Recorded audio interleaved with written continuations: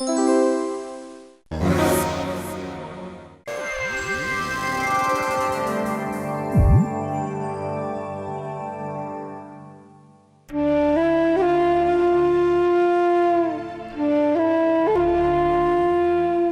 1 মাস হলো তুমি আমাদের ছেড়ে চলে গেছো।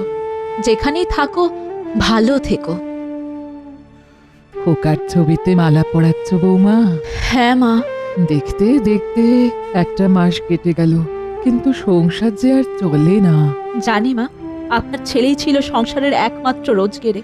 আজ তার অভাবে কি করে যে এবার সংসার চলবে আমার মাথায় তো কিছুই আসছে না। ভাবছি একটা ব্যবসা করব। ব্যবসা? ব্যবসায় তো মূলধন লাগে, সেই টাকা তুমি কোথায় পাবে?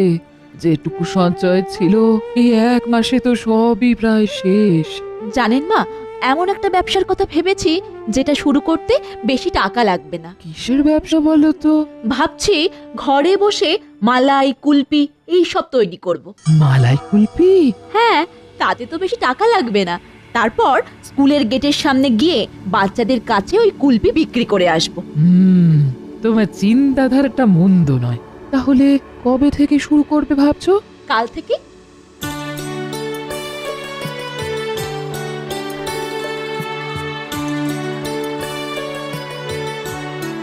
মালাই কুলপি, কুলপি লাগবে, কুলপি, মালাই কুলপি, কুলপি কুলপি, মালাই কুলপি। কত করে গো মাসি? 2 টাকা। মাসি, আমাকে একটা দাও তো। হ্যাঁ রে, কেমন খেতে রে? দারুণ খেতে, তুই একটা খেয়ে দেখ না। মাসি, তাহলে আমাকেও একটা দাও না। মাসি, আমাকে একটা মালাই কুলপি দেবে?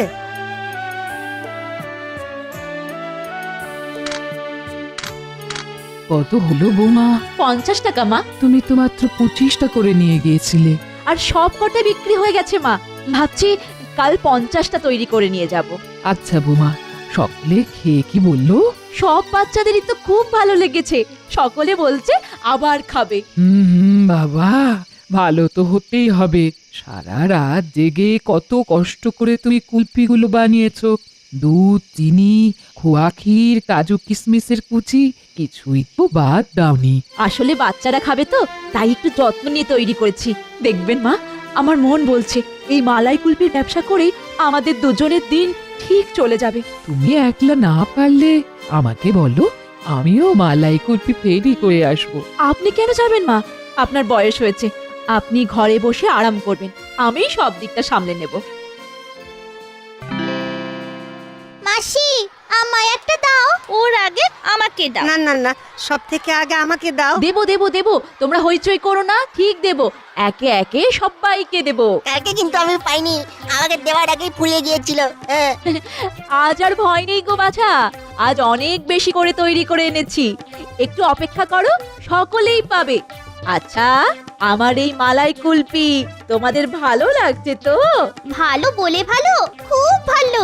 জানো মাসি, আগে টিফিনের টাইমে আমরা আইসক্রিম খেতাম, কিন্তু তোমার মালাই কুলপি খাবার পর আর আইসক্রিম খেতে ভালো লাগে না। তাই নাকি?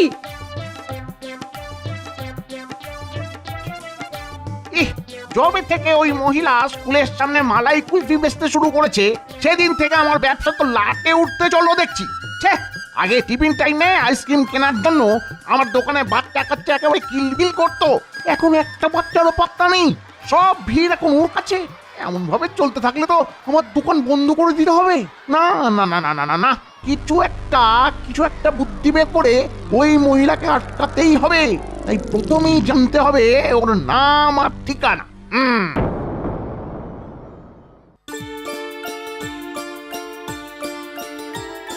হ্যাঁ গো বৌমা, মালাই কুলপি তৈরি হতে আর কত দেরি? এই যে মা, জাল দিতে দিতে দুধ ঘন হয়ে এসেছে। এবার কুলপির খোলে ভরে বরফের হাঁড়িতে বসিয়ে দিলে লক্ষ্মী আছে হয়ে যাবে। নাকি? লক্ষ্মী, ও লক্ষ্মী। কেউ তোমাকে রাখছে, যাও তো লক্ষ্মী, গিয়ে দেখে এসো। ও লক্ষ্মী। আমি ততক্ষণ দুধের জালটা দেখছি। তুমি লক্ষ্মী? হ্যাঁ বাচ্চাদের স্কুলের সামনে তুমি মালাই কুলফি বিক্রি করো? হ্যাঁ, কিন্তু আপনি? ওই স্কুলের উল্টো দিকে যে আইসক্রিমের দোকানটা আছে না, আমি ওটার মালিক। তোমার সঙ্গে কিছু কথা ছিল আমার। বলুন। না না, এখানে নয় তোমার সব মালাই কুলপি বিক্রি হয়ে যাবার পর একবার এসো না আমার দোকানে, ওখানেই না হয় কথা হবে। ঠিক আছে, আসবো।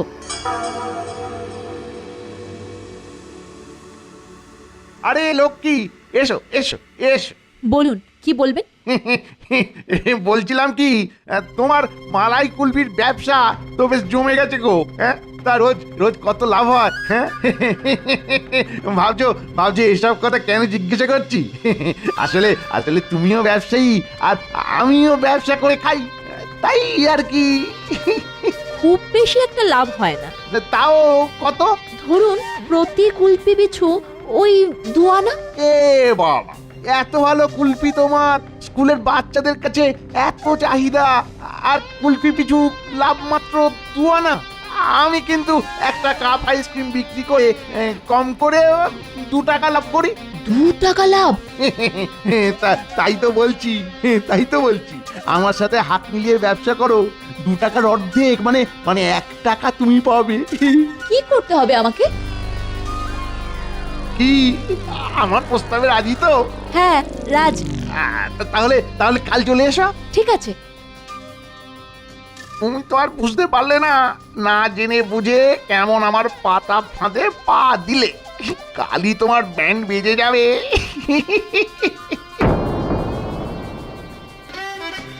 মাসি, মালাই কুলপি দাও। আজ মালাই কুলপির বদলে আমি তোমাদের জন্য সস্তায় খুব ভালো আইসক্রিম এনেছি, খেয়ে দেখো, ভালো লাগবে।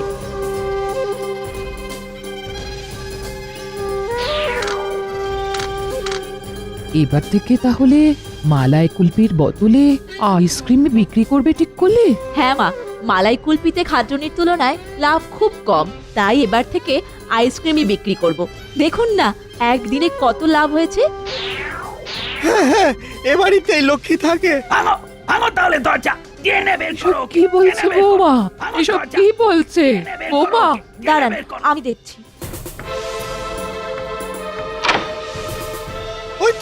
ওই তো লক্ষ্মী। হ্যাঁ হ্যাঁ, এই তো কদিন ধরে স্কুলের সামনে মালাই কুলফি বিক্রি করছিল, আজ আবার আইসক্রিম বিক্রি করছে। কি হয়েছে? আবার নাকার মতো জিজ্ঞেস করা হচ্ছে কি হয়েছে। কেন তুমি জানো না? তুমি জানো না, তোমার ওই বাজে আইসক্রিম খেয়ে সব বাচ্চার ফুড পয়জনিং হয়েছে, সকলে এখন হাসপাতালে। হায় ভগবান! আজ তোমাকে কোনো ভগবান এসব বাঁচাতে পারবে না। মারো সবাই মিলে ওকে মারো। মার বদমাশটাকে মার। না না, মারধর না করে ওকে পুলিশে দাও। হ্যাঁ, পুলিশে দাও। ডাকো তাহলে পুলিশ ডাকো। এখন আর কেঁদে কি হবে? বিষাক্ত আইসক্রিম বেচার সময় খেয়াল ছিল না? বিশ্বাস করুন কনস্টেবলজি, আমি জেনে বুঝে এ কাজ করিনি। বিশ্বাস করুন, আমি জেনে বুঝে এ কাজ করিনি। ন্যাকার মতো কথা বলো না তো, জেনে বুঝে এই কাজ করিনি। একবার আসতে দাও না দারোগা সাহেবকে, দেখবে শক্ত কেস দিয়ে সোজা আদালতে চালান করে দেবেন।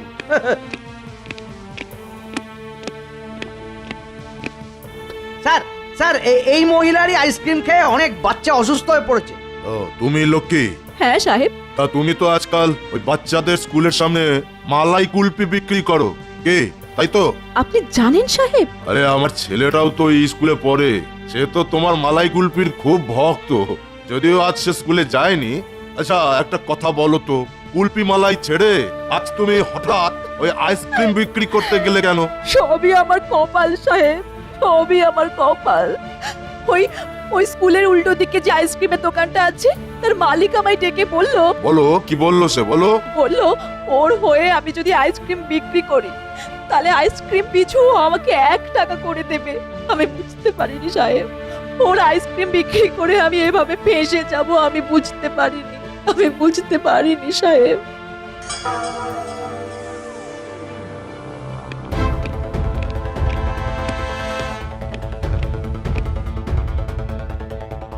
ও লক্ষ্মীকে যা ফাঁসিয়েছি না, ওর এখন হাজত বাস হবে। মালাই কুলপি বিক্রি করার আর কেউ থাকবে না, ব্যাস সব বাচ্চা আমার দোকান থেকে আইসক্রিম কিনে খাবে। আমার ব্যবসা আবার আগের মতো ফুলে ফেপে উঠবে।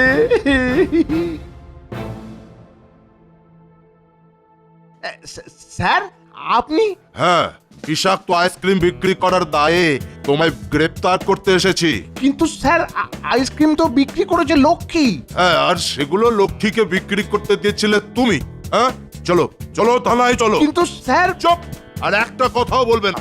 একজন নির্দোষ মহিলাকে ফাঁসাতে চেয়েছিলে তুমি। স্যার এতে এতে এতে আমার কি লাভ? সেটা না হয় আদালতেই বলবে, তবে তার আগে তোমাকে বলতে হবে আইসক্রিমে তুমি কি বিষ মিশিয়েছিলে। না বললে কিন্তু আমি তোমায় ছাড়বো না। চলো চলো এখন থানায় চলো।